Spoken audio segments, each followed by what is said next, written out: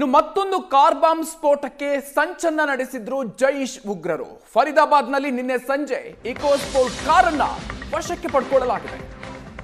Car bomb ಸ್ಫೋಟದಲ್ಲಿ ಬಲಿಯಾದಂತಹ ಉಗ್ರ ಉಮರ್ಗೆ ಸೇರಿರುವಂತಹ car ಇದು. ಒಂದು ಸ್ಥಳದಿಂದ ಮತ್ತೊಂದು ಸ್ಥಳಕ್ಕೆ ಸ್ಫೋಟಕ ಸಾಗಾಣೆಗೆ ಕಾರನ್ನ ಬಳಕೆ ಮಾಡಲಾಗ್ತಾ ಇತ್ತು. ದೇಶಾದ್ಯಂತ ಸರಣಿ ಬಾಂಬ್ ಸ್ಫೋಟಕ್ಕೆ ಜೈಷ್ ಉಗ್ರರು ರೆಡಿಯಾಗಿದ್ರು ಅನ್ನುವಂಥದ್ದು ಗೊತ್ತಾಗ್ತಾ ಇದೆ. ತನಿಖೆಯ ಸಂದರ್ಭದಲ್ಲಿ 3 ಕಾರನ್ನ ಅವರು ಖರೀದಿಸಿಕೊಂಡಿದ್ರು. 2 ಕಾರ್ಗಳು ಒಂದು ಈಗಾಗಲೇ ಸ್ಫೋಟ ಆಗಿದೆ, ಮತ್ತೊಂದನ್ನ ನಿನ್ನೆ ಫೋರ್ಡ್ನ ಇಕೋ ಸ್ಪೋರ್ಟ್ ಕಾರನ್ನ ನಿನ್ನೆ ವಶಕ್ಕೆ ಪಡ್ಕೊಂಡಿದ್ದಾರೆ.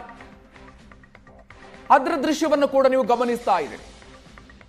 ಫರೀದಾಬಾದ್ನ ಹಳ್ಳಿಯೊಂದರಲ್ಲಿ ನಿಂತಿದ್ದಂತಹ ಕಾರ್ ಇದು. ಅದನ್ನ NSG ಈಗ ವಶಕ್ಕೆ ಪಡ್ಕೊಂಡಿದೆ.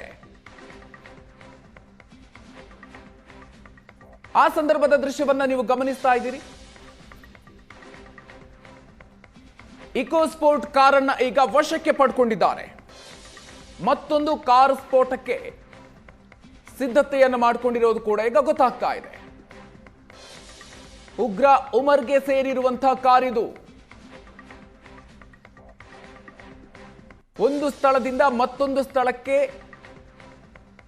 ಸ್ಫೋಟಕಗಳನ್ನ ಸಾಗಣೆ ಮಾಡೋದಕ್ಕೆ ಬಳಸ್ತಾ ಇದ್ರು ಅನ್ನುವಂಥ ವಿಚಾರ ಕೂಡ ತನಿಖೆಯ ಸಂದರ್ಭದಲ್ಲಿ ಗೊತ್ತಾಗಿದೆ.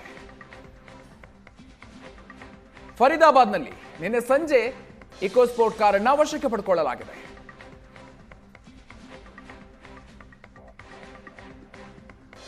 ತನಿಖಾ ಸಂಸ್ಥೆಗಳು ಈ ಸ್ಫೋಟದ ತನಿಖೆಯನ್ನ ತೀವ್ರಗೊಳಿಸ್ತಾ ಇದೆ. ಬೇರೆ ಬೇರೆ ಆಯಾಮಗಳಲ್ಲಿ ತನಿಖೆಯನ್ನು ನಡೆಸಲಾಗ್ತಾ ಇದೆ.